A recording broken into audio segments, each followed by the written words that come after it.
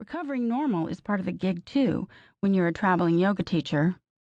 People think being a yoga teacher means you are always chill and never grumpy, your mental outlook is radical contentment, and your body is outrageously flexible in a sexy way.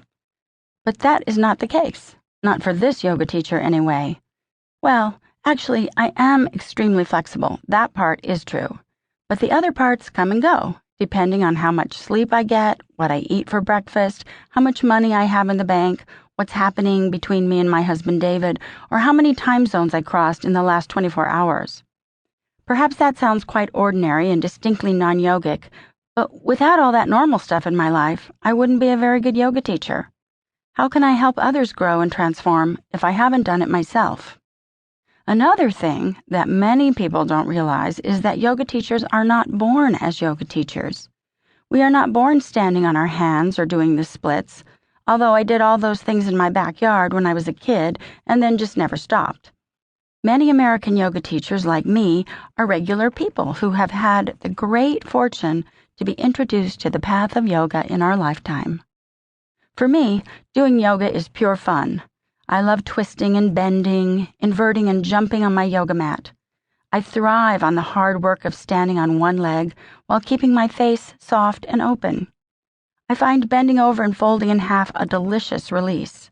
I especially enjoy the ending of each class when the teacher instructs us to lie down and rest, telling us this is the most important part of the practice. The clean, sweaty feeling I get from yoga is physically global, purifying me inside and out. Every part of my body is opened up and then put back together, reintegrated into a better shape than before yoga. From the first day of practicing, I could feel my inner organs getting toned, along with my triceps and quadriceps. My heart got stronger, my stamina improved, and one day I discovered that it had gotten easy to lift heavy objects over my head, such as a carry-on bag, into the overhead bin of an airplane. Most surprising is that I began to focus on the immediate experiences I was having in yoga at the same time that I was having them. A bigger view of the practice than just being satisfied with short-term goals, such as being able to touch my toes or turn upside down and inside out. I had been studying ballet since I was 7, so I was very familiar with extreme movement scenarios.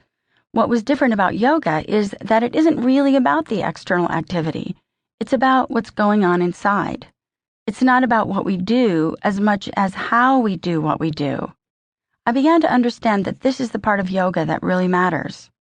I studied yoga with as many masters as I could get to, including the great yoga master B.K.S. Iyengar, who told me and the other 899 yoga students in class that day, "I've spent almost my whole life observing what happens to my sternum when I press my big toe down."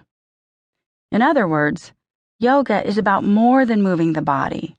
It is a template for understanding that every thought really does become speech, which turns into action.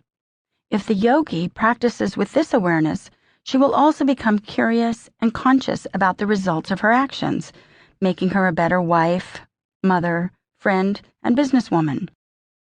Hearing my yoga teachers talk about this eventually led me to the path of Buddhist meditation, where I learned and practiced specific skills for negotiating all the different mind states that arise on any given day.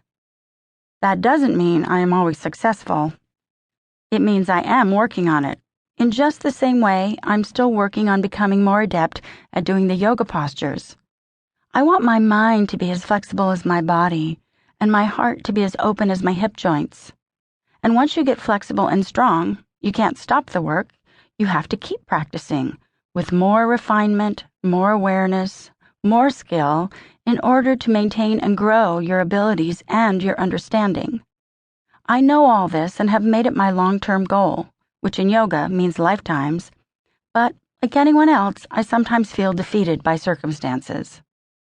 These days, there is a lot of pressure on yoga teachers. We can't just lead people through a sequence of asanas.